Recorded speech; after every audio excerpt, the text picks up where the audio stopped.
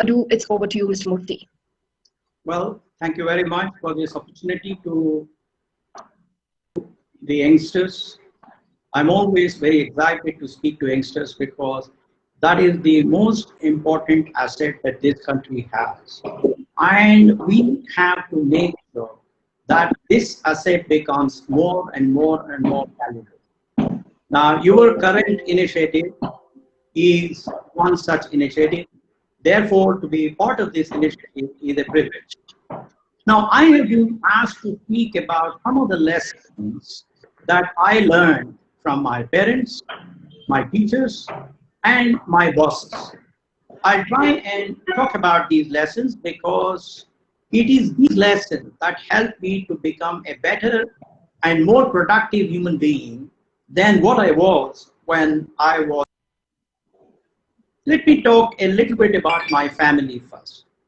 Father was a high school teacher most of his life. He had obtained his Bachelor of Science degree and Bachelor of Training, now called BA degree, from the University of Mysore. Mother was just a middle school educated woman who came from a village in Karnataka. Both were lower middle class people. We were 8 children, 5 sisters and 3 boys. With my paternal grandmother who was staying with us, we were 11 mouths to feed on the salary of a teacher. So you can understand how difficult it must have been. Further, we used to go from one small town to another every 3 years. And one of the important lessons of moving from one small town to another small town every 3 years was the ability to make new friends quickly. And I think that's a very, very important attribute. That's how I learned to make friends easily, and that has benefited me enormously. Now, what did I learn from my father? He taught us the importance of having a timetable to study at home. I remember I was in the 9th grade and I did not do that well in history. History was not a subject that I loved or that I liked much. I mean, I did reasonably well by most standards, but I was not happy with my own performance. I went to my father with the marks card because those days, the marks card of every student had to be signed by the father or mother or the guardian. My father reviewed the marks that I had obtained in every subject. And he said, friend, you've not done well in history. So I told him that, look, I don't like history. So then he said, friend, remember that if you want to do well in your examinations, if you want to be at the top of the class, if you want to get a good position in your SSLC, then you have to focus on every subject, whether you like it or not. So then I asked him, what is your suggestion? How do I tackle this problem of my not liking history and liking only mathematics, science, etc.?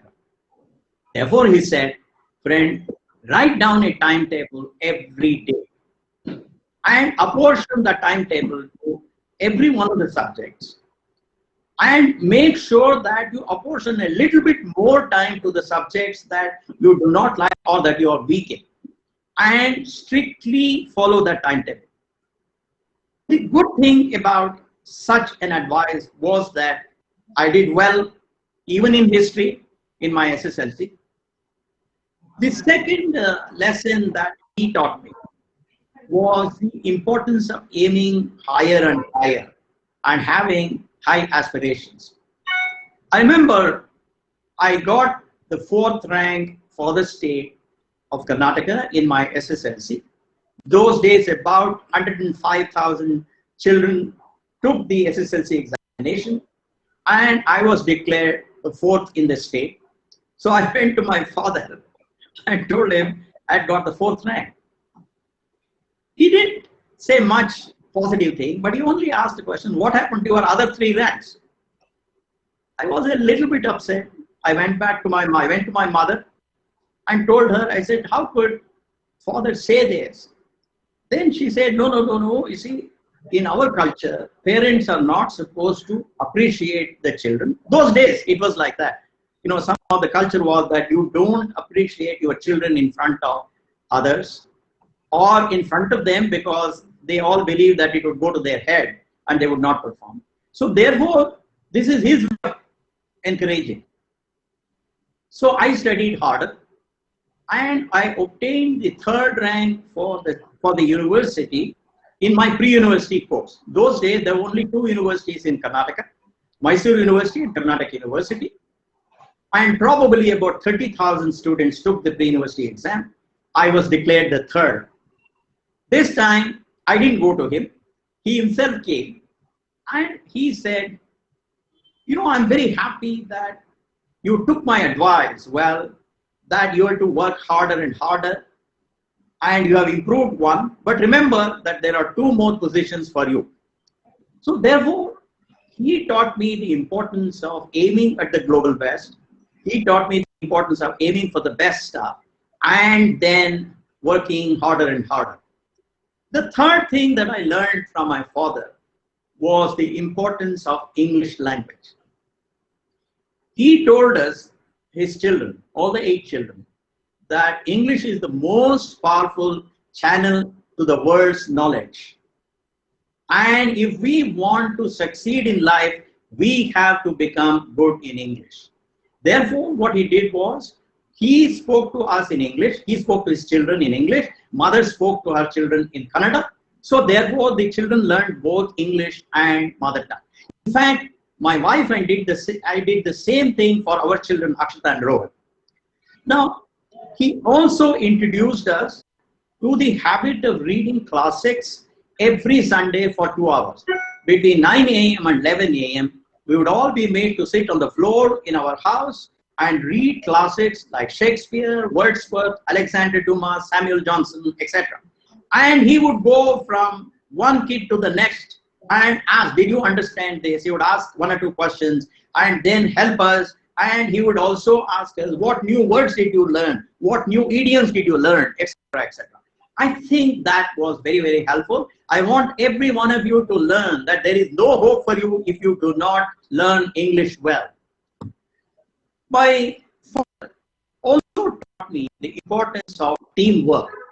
Now, how did he teach me and other children the importance of teamwork? He taught us through the appreciation for Western classical music. We did not have a radio at home, we were poor.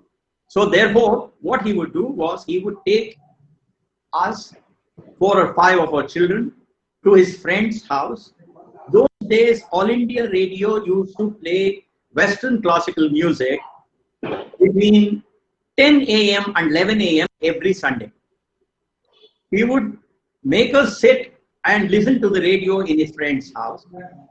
And he would, from time to time comment on how important it is for maestros in piano, in cello, viola, violin, etc., etc., to come together and work as a unified team under the direction of the conductor to produce something that is divine.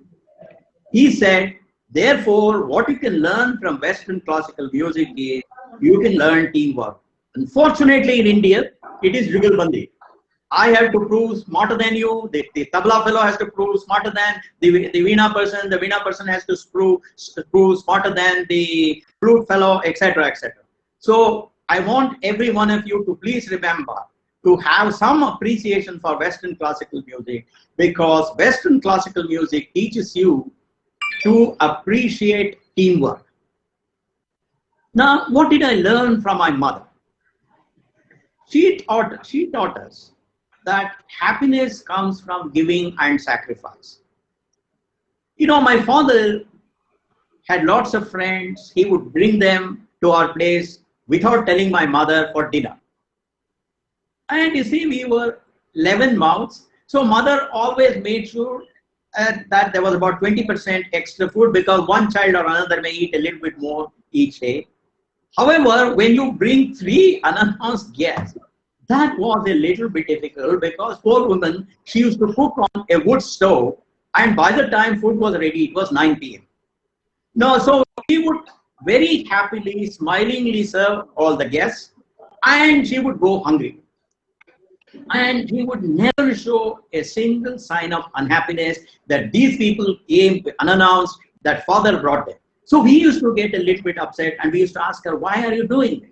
She said, children understand that the biggest joy in life is in giving and in sacrificing. It's not in taking, but it's in sacrificing. Second, when I was in high school, many of my classmates used to make fun of me because I had squinted eyes. One day, I went to my mother crying. She told me, look, crying is not going to help you. What will help you is working hard and becoming the best in something most of them were not good at. And she said, you become the best in your studies and your life will be so much better, and they will all then look up to you, they will all feel bad. And I'm glad to say that is exactly what has happened. That was a very important lesson, not to worry about any of your negatives, but become the best in that, become better than all your colleagues or classmates, etc., etc. She also taught us the importance of sharing. She always told us sharing is caring. You know, even though we were 11 children at home, but she had instituted a practice of inviting a child from a poorer family, a very poor family, for one meal a day for the dinner thing. In other words, we were 12 mouths to feed. And that child will be treated exactly like one of us.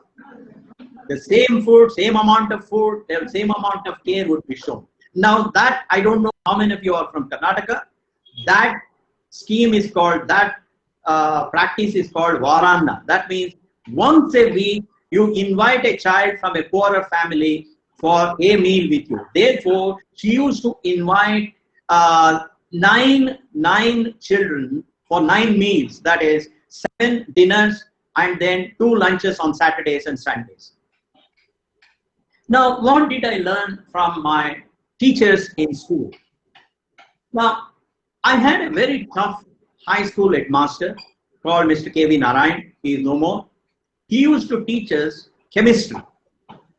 Now, I used to sit in the front bench, and one day he was conducting an experiment which required common salt, that is sodium chloride.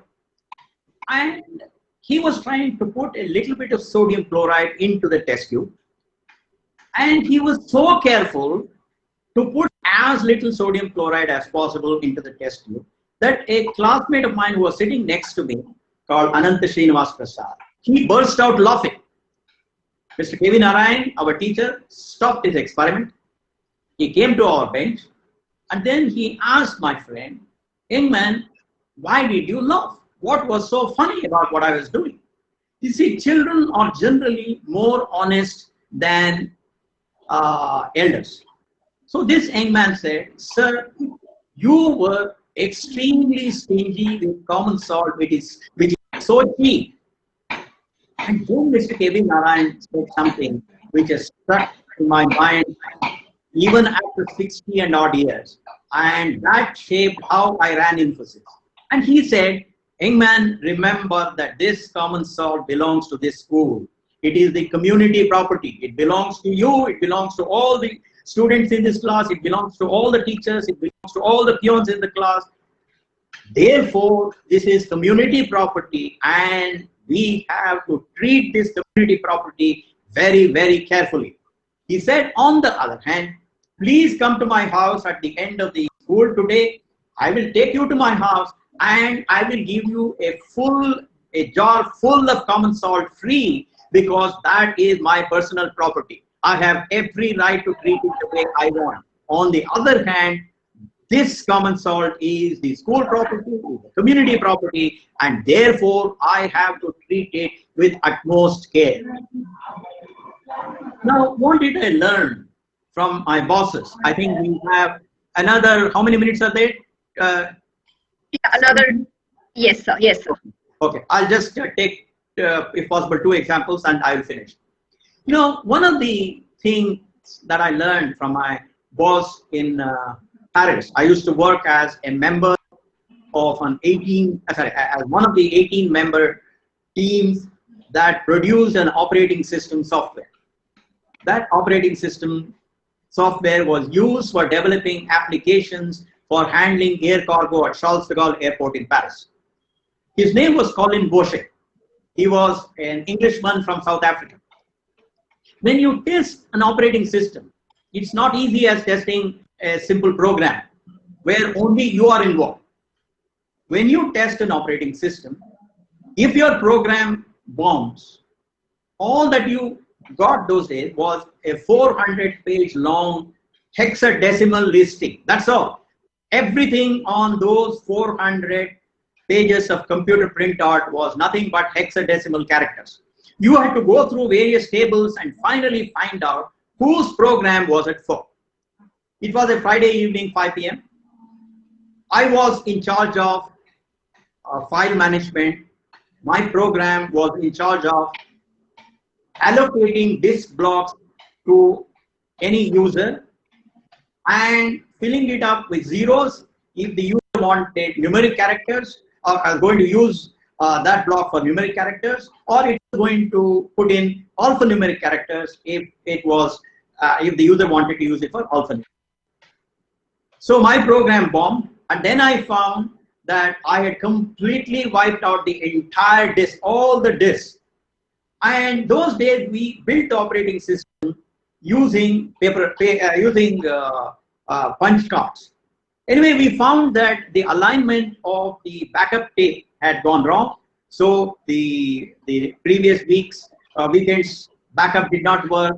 So we had to load all the cards and build up the entire set of programs as of 2 weeks before.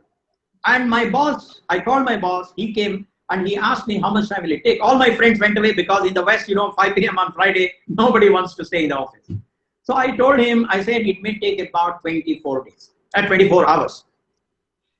He picked up the phone, called his wife, and he said, sorry, please go to this person's house. We're supposed to go for dinner. Please convey my apologies to him. I won't be able to come because I'm going to be in the office for the next 24 hours. And he told me, he said, look, Murthy, I am not a technical man. He was not a technical man. He was an MBA.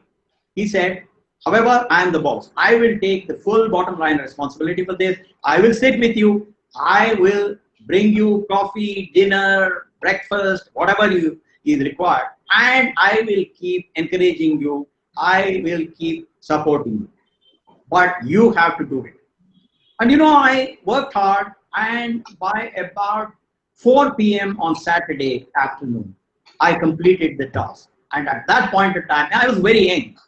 I was about 24 or something. He said, kid, if you did this again, I will spank you. That's all the anger that he showed. And therefore, I learned what is the bottom line responsibility and accountability of a leader is. Now, I will close this with an example from what I learned from another professor of mine. He was my boss. I was the chief systems programmer at IIM Ahmedabad after my graduate degree at IIT Kanpur. I worked with a professor called Professor Krishnaya. We had India's first time-sharing system. And what I found extraordinary with Professor Krishnaya was that he started every transaction on a zero base. In other words, he did not carry the influences or the results of the prior transaction to the current transaction. In other words, even if I had lost the prior transaction, even if I had not proved to be very smart in the last discussion or last transaction, in the current transaction, he treated me as if none of that was kept in his mind. And this I used at Infosys in dealing with every issue. So I can go on and on and on because I am a product of what my parents taught me, what my teachers taught me, and what my bosses taught me. Let me stop here because there is 1 more minute. So it is excellent. I have completed in 24 minutes as against 25 minutes I was given. Now we can go to some questions. Thank you so much, Murthy, Mr. Murthy, for sharing your lessons, life lessons, and the learnings. We will open up the floor for questions. We already have some questions from learners. The first one is, why did you choose engineering as a career? Well, I think that's a very good question. Remember that I had just passed my pre-university in the year 1962, which is 58 years ago. Those days, there were very, very few jobs in India. Therefore, every parent was concerned about their children getting a job that could satisfy their livelihood, their family aspirations, etc., etc. Now, there were two major professions that offered reasonably good jobs. One was becoming an engineer, our second was becoming a doctor, and of course there was a third one, which was becoming a civil servant by passing IAS. But I was not interested in IAS. Several of my friends went to IAS, but I was not interested. And I was not very, being a vegetarian and all of that, I was not very comfortable with seeing blood and cutting and all of that. So my father knew that, my mother knew that. So they encouraged me to choose engineering. I got admission both in for medical degree and for engineering degree. But I finally chose engineering degree because it gave me it enhanced the probability of my getting a job, and it also promised a fulfilling career. Thank you, Mr. Murthy. We have the next question. From NIE to IIT to Infosys, what made you the person that you are today? Well, as I said, we are all products of our culture. What is culture? Culture is what makes you happy, what makes you sad, how you treat strangers, what values you have, how disciplined you are, how high your aspiration is, how you are able to treat strangers, and how you spend your time, what kind of books you read, etc., etc. So I would say that I am a product of what my parents taught me, what my teachers, primarily secondary school teachers, except as I pointed out, Professor Krishnaya, I am Ahmedabad. Primarily primary school teachers and secondary school teachers shape your career, your culture, your aspirations, your desire, etc., your values, etc. And then your bosses. You're always observing your boss very, very carefully. And whatever he or she does is what becomes gospel to you. And then finally, there is one important ingredient. And that is, you need competence, you need values, and you need chance. That is, competence, character, and chance are the three things that help you build up your career. Competence is absolutely necessary because unless you are able to do your job better than your colleagues, you won't get quick promotions, you won't become outstanding, people won't notice you if you didn't do well. So therefore, competence is absolutely important. Second is character. People are always observing you as to how you behave in difficult situations, what kind of sacrifices you do, whether you lead by example, whether you are a fair person, whether you can build a team, whether you work hard, etc., etc., whether you are transparent, whether you are honest, all of that. So therefore, if you want to go higher and higher and higher in the corporate hierarchy, While competence is absolutely necessary, that's not a sufficient condition. And that sufficiency comes from your character. And finally, we are all the result of chance and luck. You know, Louis Pasteur once said, chance favors the prepared mind. That means you can't say, I'm waiting for chance or I'm waiting for luck to create my career. You have to prepare yourself. You have to work hard. You have to get all the qualities that are required to get to that position. And then, if you are lucky, if God smiles on you, then you will get that opportunity. In fact, I think it was Emily Zola or somebody who said, if God is shy to announce his presence, he comes in the form of chance. You know, let me give you one simple example. This is somewhat of in a lighter way. You know, I wrote a basic interpreter in 1970. Bill Gates wrote it in 1976 or 77. Look at where he is, where I am. I am nowhere near where he is. It is all a question of chance. You have to be at the right place at the right time when the opportunity smiles on you. So therefore, that is the reason why we must all be humble. We must all have faith in God, because faith in God gives you hope. And hope is the fuel which helps us handle tough situations. So therefore, I would say competence, character, and chance were the three things that helped me get to wherever I am today, whatever little I have done. Thank you, sir. The next question is, what will be the role of engineers in shaping India's future? Well, I do believe that engineers are builders, they are constructors, they bring new technology into existence. After all, as you people know, technology is all about reducing cost, making life more comfortable, providing more leisure, making the life of the poor better and better. Because who needs cheaper cost? Who needs more leisure than the poor? So therefore, I would say that engineers have an extremely important role, because they are going to build modern India. They are going to lay the foundation for making India a strong country. Whether they are civil engineers or electrical engineers or electronic engineers or chemical engineers or metallurgical engineers or mechanical engineers, whatever, it doesn't matter. Engineering is all about architecting, designing and building technology that will make the life of people better and better and better.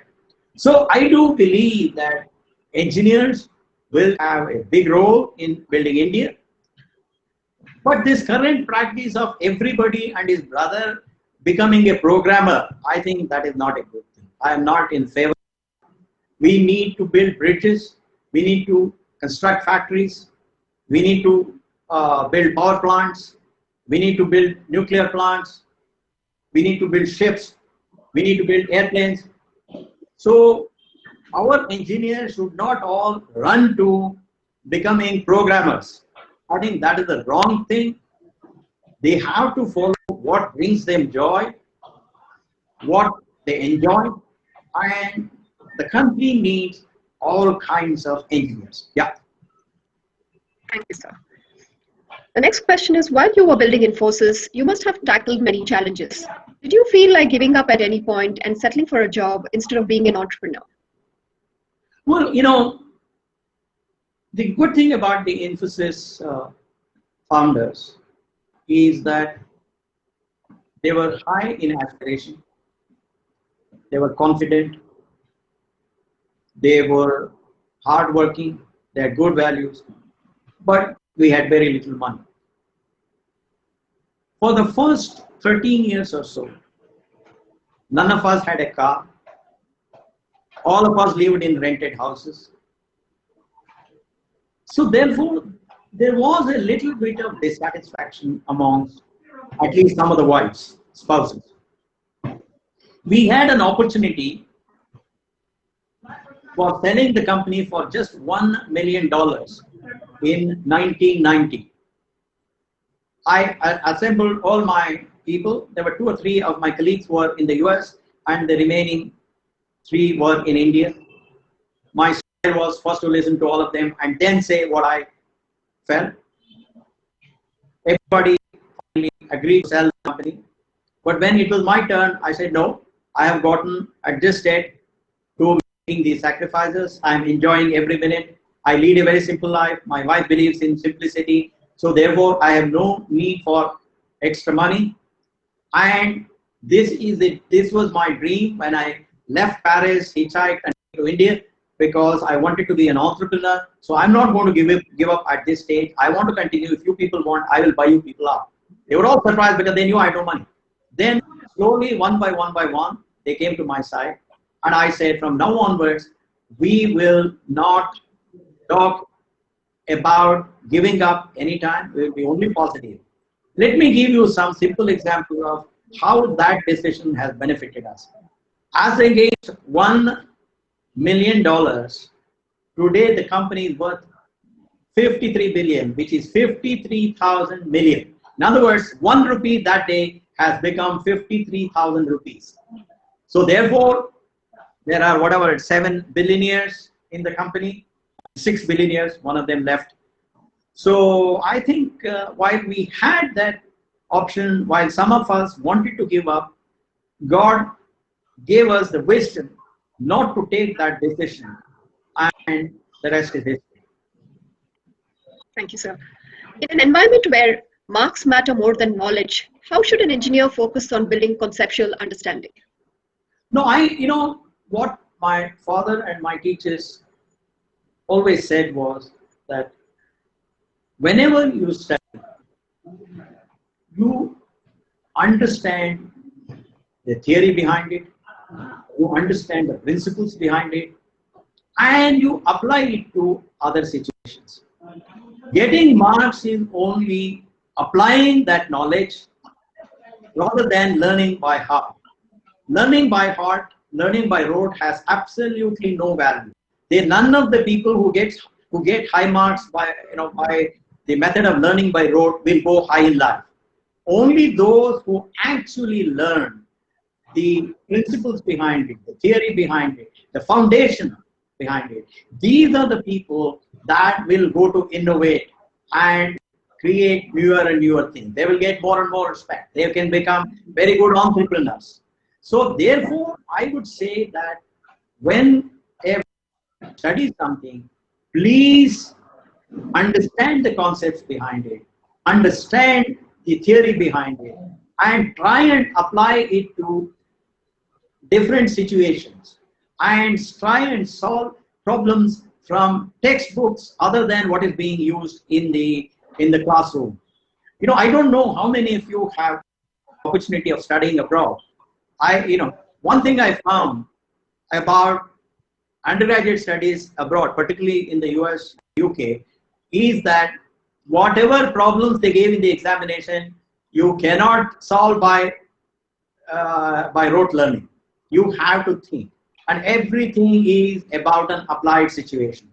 So tomorrow you have to compete with such engineers all over the world, and your high marks will have zero value, absolutely zero value. You will all be disappointed. You will be at the bottom of the totem pole in competition with those guys. So please try and build conceptual understanding, understand the foundations, understand the theory. I think we have 3 minutes now. We have finished 3 minutes ahead of our thing. I think this is the last question, right? We have one more question, sir. People say that the intellectual elites of India are now in the Silicon Valley. What are your views on this? Well, I've always believed that a small section of Indians, of smart Indians, should leave the country, go abroad, conduct themselves as model and productive citizens of those societies, and raise the image of India. That's how India's image will go up on the global stage. So I am not against a small percentage of Indians going abroad. Now, if our youngsters find that those people who go abroad are the ones who are actually solving major problems, it is simply because they are surrounded by people whose education system has always taught them independent thinking. It has taught them problem recognition, problem definition. Unfortunately, right from our primary school, our education system is rotten and it has become learning road. And I hope the new education policy that was unveiled by by Dr. Kasturi Rangan and Dr. Manjul Bhargav will set this right. But the reality of India is our youngsters are made to think that getting marks is important. Marks are not important. Understanding how nature works, by using the theory of science and mathematics, and applying that theory to new problems that we see around us, and solving the basic problems of our society, like clean water, clean air, better nutrition, better healthcare, etc. These are the ones that will make our country a better place. Unfortunately, yes, US and UK education, Australia education is far ahead of India, far ahead of India, and therefore, some of you who will become teachers will have to use the new education policy to make Indian youngsters to become intellectual elites that solve problems in Silicon Valley today. We will have to become like that. That's what I would say. Thank you so much, Mr. Murthy.